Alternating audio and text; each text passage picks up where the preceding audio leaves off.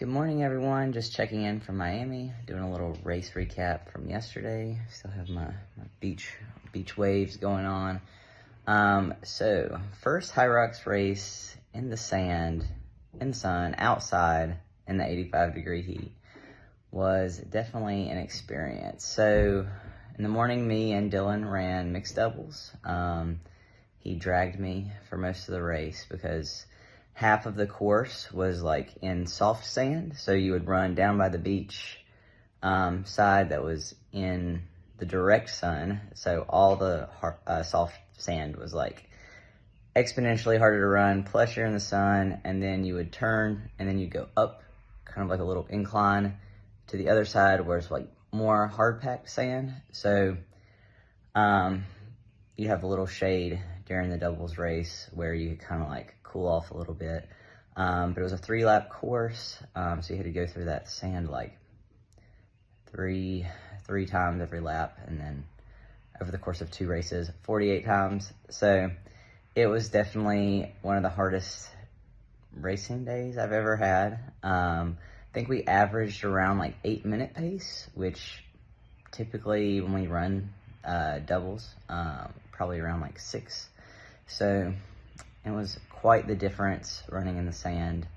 All the stations were actually under this big canopy, so you did have some shade in there, and surprisingly the air wasn't like too stagnant. Sometimes you get underneath like those canopies and like the air just like stands still. So there was like some good airflow.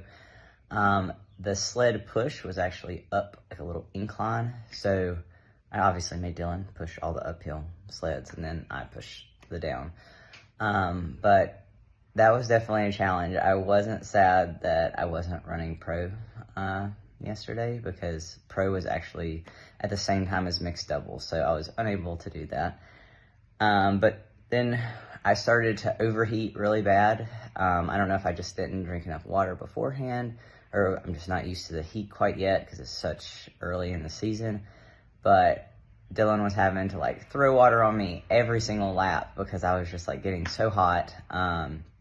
So Dylan did all of the sled pull, and then we went back to switching stations on the burpees, and I was not having a good time, but we got through it. All the other stations were pretty normal. Like there wasn't anything like weird about the sand or anything like that. But we finished in 105, which was probably at least 10 minutes slower than what we would normally run or what we ran in New York. So it was a bear, and it was all on the run too. So it was an intense race. And then an hour and a half later, I turned around and ran the women's open race after I had said from lunges on that I was not going to run because this is so terribly hard. But I changed my shoes. I got dry socks on because I was so sweaty that my socks were just like drenched. Luckily I got out with no blisters or chafing, which was like the real win for the day. So I ran women's open. I ran like 120, which is 5 minutes slower than my first pro race, if that says anything. I think I was running close to 9-minute pace for this run. So by the time I got to the open race, the sun was like high in the sky. So there was nowhere to hide from the sun on the run. It was like blaring down on you the whole entire time. I actually had to walk some, which I didn't feel as bad because Dylan told me he had to walk some too because it was so hot. I think it got up to about 85 degrees. So we were drenched. I was taking 2 waters every lap, trying to stay hydrated. I did start cramping on the farmer's carry, which is one thing I forgot to mention on the doubles race. It was all in soft sand. So you're like trying to run, but you can't even really run because the sand is so soft. It's like the soft side of the running course.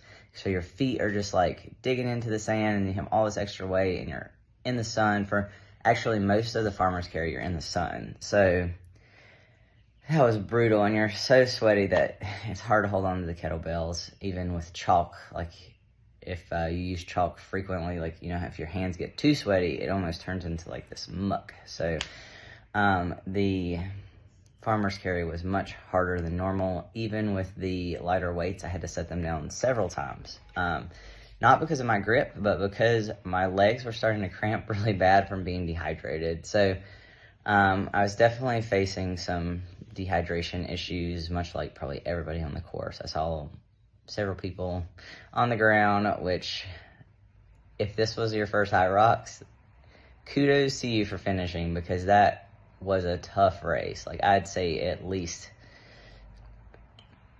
in a singles race, probably, I don't know, 10 to 30 minutes slower than any, like, I would have to compare times, but it was much slower than a regular HYROX race. So as far as like the race overall, I think it was well put together and everything ran really smooth. It was just an epic challenge. Like, we knew going into this race that it wasn't going to be like a fast course or anything like that, and we were just going to use it for training. But I don't think me or Dylan realized how hard it was actually going to be. Like, it was a lot harder than expected. So kudos to everyone who went out there, suffered through the heat and the sand, and finished, because it was quite the feat.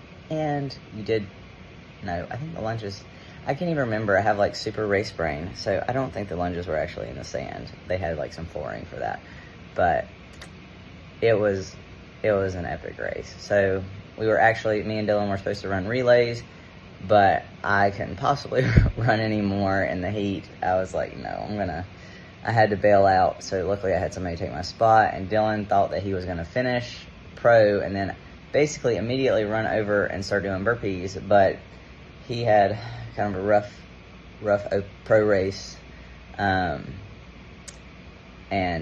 he didn't make it over there to do the relay. So we both only ran two races yesterday, but they were more than enough for me, and I am excited to just sit on the beach today and relax.